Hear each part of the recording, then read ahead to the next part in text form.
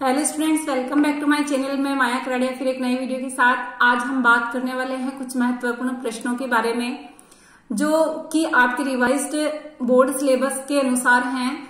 आपकी जो board book का सेकंड भाग है चैप्टर 21 से लेके 42 तक, जिसमें आपके बहुत सारे लेसन कट भी चुके हैं, उस रिवाइज्ड सिलेबस के अनुसार आपका ये वीडियो तैयार है। तो देखिए इसके कुछ क्वेश्चंस जो आपके बोर्ड में आएंगे 12th बोर्ड के अकॉर्डिंग। रेनिन का स्राव कहाँ से होता है? गाइस, रेनिन का स्राव होता है स्टमक में यानी कि आमाशय में। तो सही आंसर है से आमाशय। अग्न्याशयी रस होता है क्षारीय यानी एल्कलाइन प्रकृति का होता है अग्न्याशयी रस। अगला क्वेश्चन है कुफर कोशिकाएं मिलती है। ये मैक्रोफेजिस कोशिकाएं होती है और ये लीवर में पाई जाती है। तो सही आंसर है द लीवर में पाई जाती है। एमाइलेज एंजाइम किस पर कार्य करता है? गाइस, एमाइलेज एंजाइम कार्बोहाइड्रेट पर कार्य करता है। तो सही आंसर है ब कार्बोहाइड्रेट पे। यकृत कोशिकाएं बनाती है। यकृत कोशिकाएं बाइल जूस बनाती है, इसलिए सही आंसर है ए बाइल जूस। लैंगरहैंस की द्वीपिकाएं कहाँ मिलती हैं? ये लैंगरहैंस की द्वीपिकाएं अग्न्याशय में पाई जाती हैं, जो कि अल्फा बीटा और डेल्टा प्रकृति की होती है, जिसमें अलग अलग पदार्थ स्रावित होते हैं।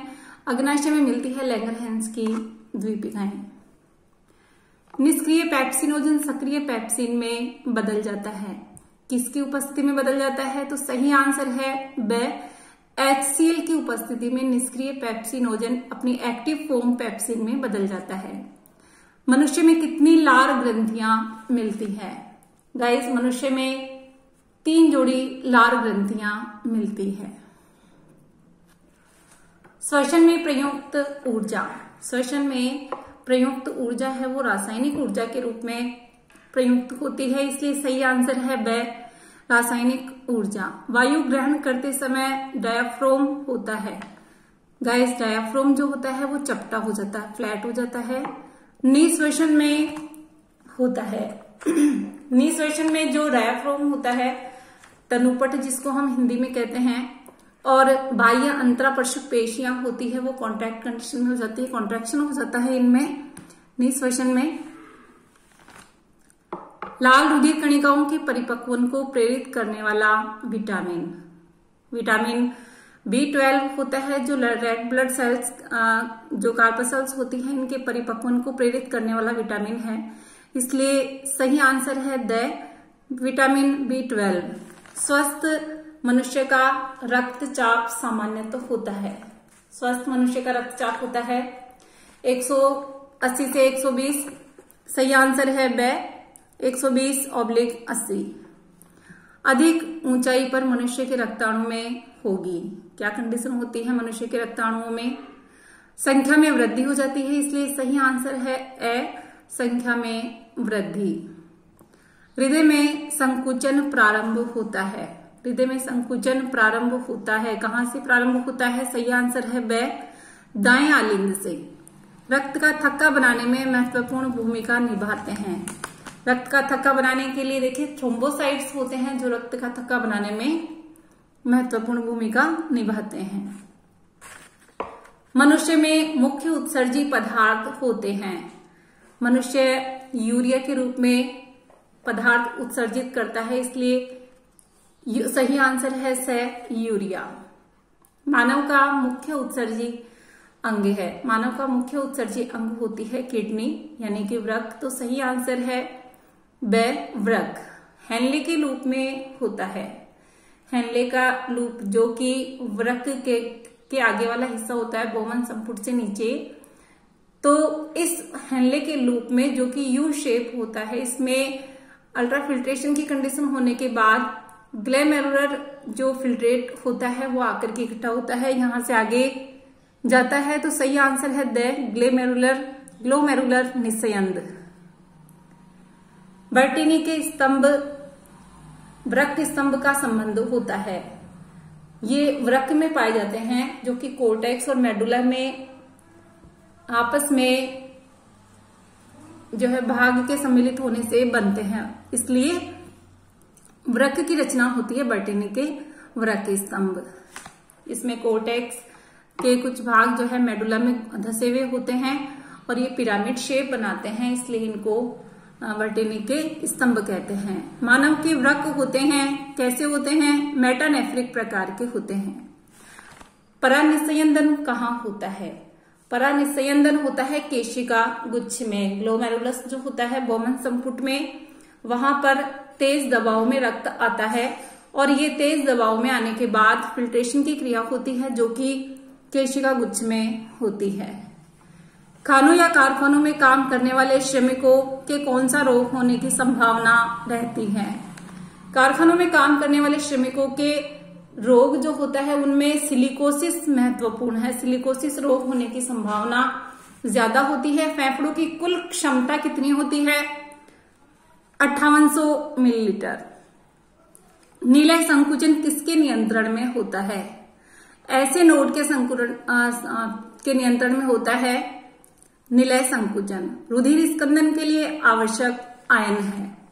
रुधिर स्कंदन के लिए कैल्शियम आयन महत्वपूर्ण होते हैं गाइस, इसलिए सही आंसर है द कैल्शियम आयन।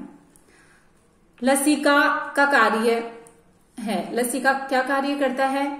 लसिका जो है अंतराली जो इंटरसेलुलर स्पेस होते हैं ब्लड सेल्स में, अपने ऑर्गन्स में जहां रुधिर नहीं पहुंच पाता, वहां पर ये लसिका जो है रुधिर पहुंचाने का कार्य करता है, रुधिर को अंतराली तरल वापस देना। सही आंसर है द रुधिर को अंतराली तरल वापस देना। ग्राफियन फोलिकल कहाँ पाई जाती है? ये ओवरी में oogenesis की प्रोसेस आपने पढ़ी है। oogenesis की प्रोसेस में आप देखोगे ग्राफियन फोलिकल, जिसमें ग्राफियन फोलिकल जब ब्रस्ट होता है तो उससे ओवम बाहर निकलता है। ये स्त्री के ओवरी में यानी अंडाशय में पाई जाती है। सही आंसर है स अंडाशय में।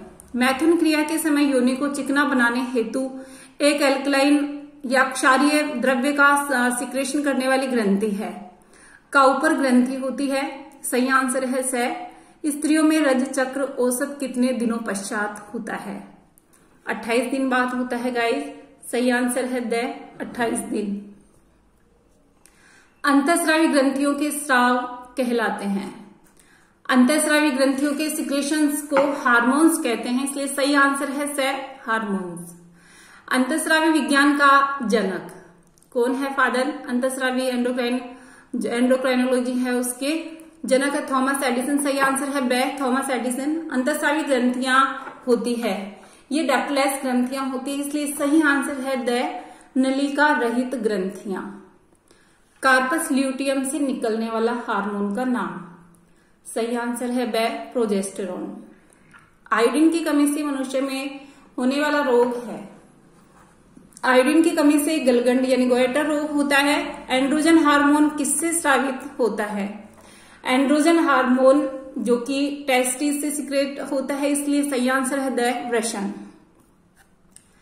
किस हार्मोन के अल्प स्राव के कारण मूत्रलता उत्पन्न होती है? मूत्रलता उत्पन्न होती है यानी कि जो वैसोप्रेसिन हार्मोन है, वैसोप्रेसिन हार्मोन है, इसकी कमी यदि हो जाती है तो जो जल के अवशोषण की पुनः अवशोषण की क्रिया है वृक्क नलिकाओं के द्वारा वो गड़बड़ा जाती है। इसीलिए इसकी कमी से मूत्र के साथ जल की अधिक मात्रा निकलने लगती है और ये जो है एडीएच हार्मोन के नाम से भी जाना जाता है, एंटीडायूरेटिक हार्मोन। इसलिए सही जो है आंसर है ब वैसोप्रेसिन। कैल्शियम व फास्फोरस उपापचय का नियंत्रण करने वाला हार्मोन कहाँ से स्रावित होता है? कैल्शियम व फास्फोरस उपापचय का नियंत्रण करने वाला हार्मोन पैराथायराइड ग्रंथि से स्रावित होता है। सही आंसर है द लैंगरहैंस की द्वीपिकाओं की अल्फा कोशिकाओं द्वारा स्रावित हार्मोन है। लैंगरहैंस की द्वीपिकाओं की अल्फा कोशिकाओं द्वारा स्रावित हार्मोन है ग्लूकेगॉन। सही आंसर है ब ग्लूकेगॉन। संकटकालीन परिस्थितियों में मनुष्यों को लड़ने, डरने और पलायन को प्रेरित करने वाली ग्रंथि है। एड्रिनल ग्रंथि होती है, अधिवृक्क ग्रंथि हम इसको कहते हैं, जो कि किडनी के टिप पर पाई जाती है। सही आंसर है ए अधिवृक्क। निषेचन के समय शुक्राणु के शीर्ष का वह भाग जो अंडाणु के संपर्क में आता है, ये एक्रोसोम रीजन होता है। स्पर्म का, तो सही आंसर है द अग्रपिंडक। अंडाशय से परिपक्व अंडे को निकलने को कहते हैं ओव्यूलेशन। सही आंसर है स ओव्यूलेशन। शुक्राणु गमन के समय ऊर्जा संरक्षण का कार्य करने वाले पदार्थ एंड्रोगोमोन फर्स्ट। ए है सही आंसर। इसके बारे में डिटेल में आपकी बुक में भी नहीं है, ध्यान दीजिएगा। एंड्रोगोमोन फर्स्ट मादा मानव में निषेचन स्थल है फैलोपियन ट्यूब्स। जो फर्टिलाइजेशन की क्रिया संपन्न होती है वो फैलोपियन ट्यूब्स में संपन्न होती है। योनि में प्रविष्ट शुक्राणु कितने समय तक जीवित रह सकते हैं? 1 से 2 दिन मैक्सिमम जीवित रह सकते हैं इस पर शुक्राणु जो है। सही आंसर है ए 1 से 2 दिन। स्तनी शुक्राणु के अग्रपिंडक यानी एक्रोसोम को घेरने वाली झिल्ली का टूटना कहलाता है। यह होता है योग्यता अर्जन, जिसको कैपेसिटेशन कहते हैं। सही आंसर है ब कैपेसिटेशन। निषेचन में फर्टिलाइजिन और एंटी फर्टिलाइजिन क्रिया का महत्व, यानी ओवम और स्पर्म के द्वारा जो हार्मोन्स निकलते हैं, फर्टिलाइजिन अंडाणु के द्वारा निकलता है और शुक्राणु द्वारा एंटी फर्टिलाइजिन निकलता है। समान जाति के युग्मकों में समेकन करना ये कार्य होता है इनका। सही आंसर है स निषेचन कहते हैं। एक ही जाति के 2 युग्मकों का समेकन ये होता है फर्टिलाइजेशन, सेम स्पीशीज के। निम्न में से कौन अमर है? कौन सी सेल होती है जो अमर होती है? जर्म सेल्स होती है, जनन कोशिका जिनको कहते हैं, ये होती है अमर अवस्था में। इसका सही आंसर है ब जनन कोशिका।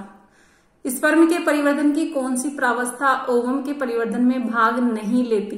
ध्यान दीजिएगा, इस स्पर्म के डेवलपमेंट की स्पर्मियोजेनेसिस अवस्था होती है जो ओवम के डेवलपमेंट में नहीं भाग लेती है। सही आंसर है द स्पर्मियोजेनेसिस। अंडजनन में होती है। अंडजनन में 3 प्रावस्थाएं मिलती है, गुणन प्रावस्था, वृद्धि प्रावस्था, परिपक्वन अवस्था और उपरोक्त सभी। तो ये 3 अवस्थाएं इसमें मिलती है, इसलिए सही आंसर है द उपरोक्त सभी। अंडाणुओं के निर्माण की क्रिया को कहते हैं अंडजनन कहते हैं, इसलिए सही आंसर है ब अंडजनन। शुक्राणु की पूंछ में तंतुओं का विन्यास होता है।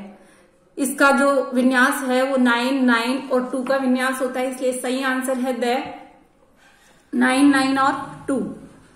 किस प्रक्रिया में ध्रुव काय बनती है, यानी पोलर बॉडी? और पोलर बॉडी बनती है oogenesis की प्रोसेस में। आप पढ़ोगे oogenesis में अंडजनन की जो प्रक्रिया है। सही आंसर है स अंडजनन। अंडजनन में एक प्राथमिक ओसाइड से कितने अंडाणु बनते हैं? तो एक अंड oogenesis की प्रोसेस में आप देखोगे कि केवल एक अंडाणु इसमें परिपक्व होता है, इसलिए सही आंसर है ए 1। मोरुला अवस्थाओं में कोशिकाओं की संख्या कितनी होती है? यानी एम्ब्रियो में क्लीवेज होना प्रारंभ होता है तो 16 स्टेज जो बनती है वो होती है मोरुला अवस्था, इसलिए सही आंसर है स 16। कोरक भवन के दौरान किस कैविटी का निर्माण, किस गुहा का निर्माण होता है?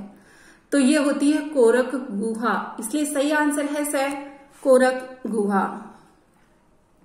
नेत्र के अधिकांश भाग का निर्माण किस जनन स्तर के द्वारा होता है? सही आंसर है एक्टोडर्म के द्वारा। एक्टोडर्म से नेत्र के अधिकांश भाग का निर्माण होता है।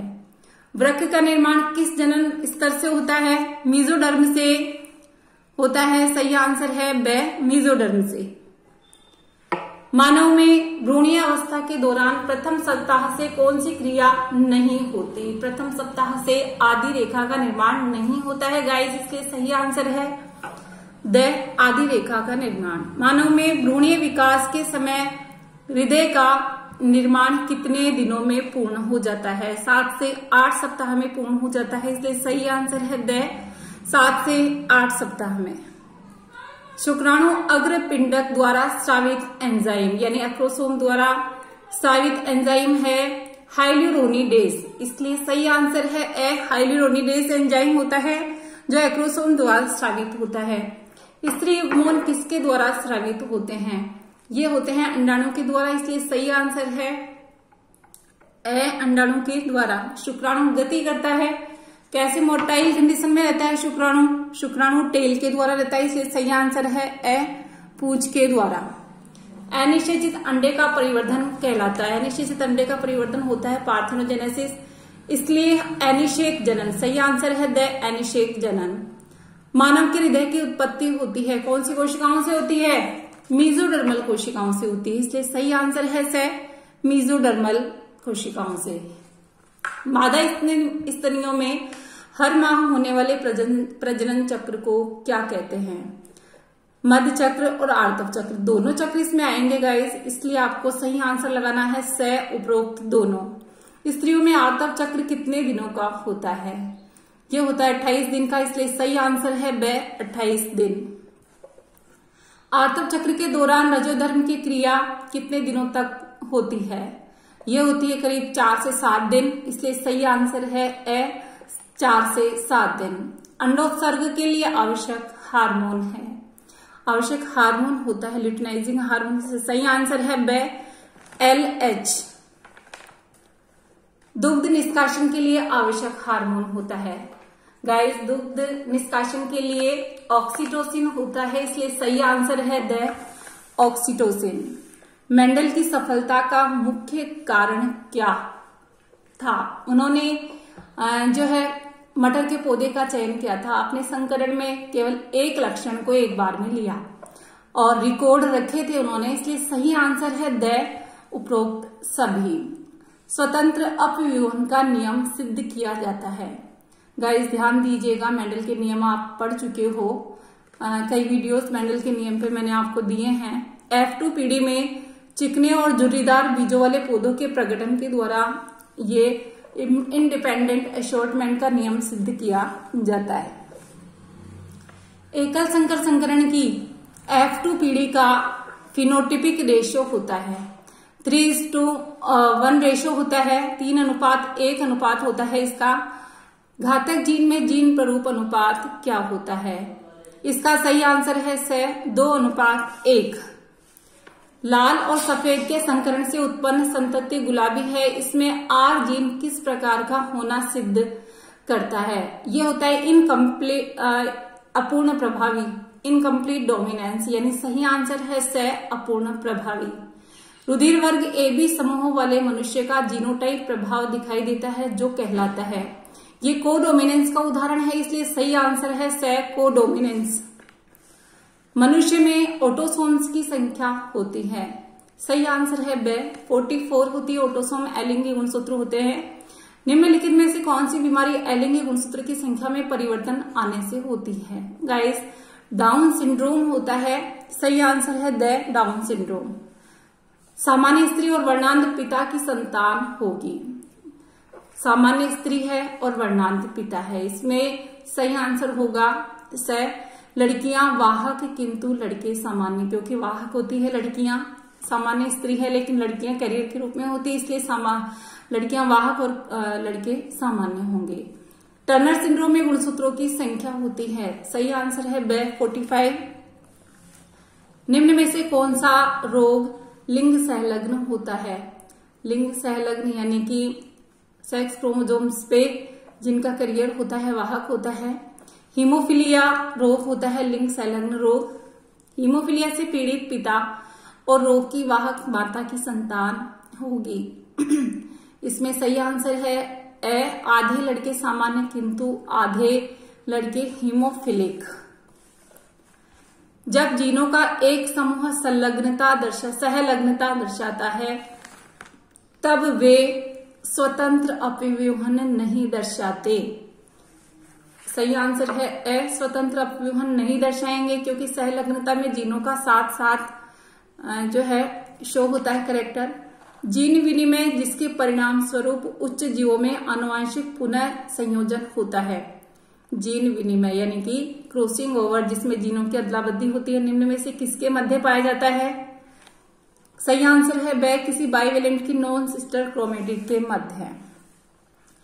फिनाइल कीटोन यूरिया रोग में किस एंजाइम का संश्लेषण नहीं हो पाता? फिनाइल कीटोन यूरिया डिजीज ऐसी डिजीज होती है जिसमें फिनाइल एलेनिन हाइड्रोक्सिलेज का सिंथेसिस नहीं हो पाता।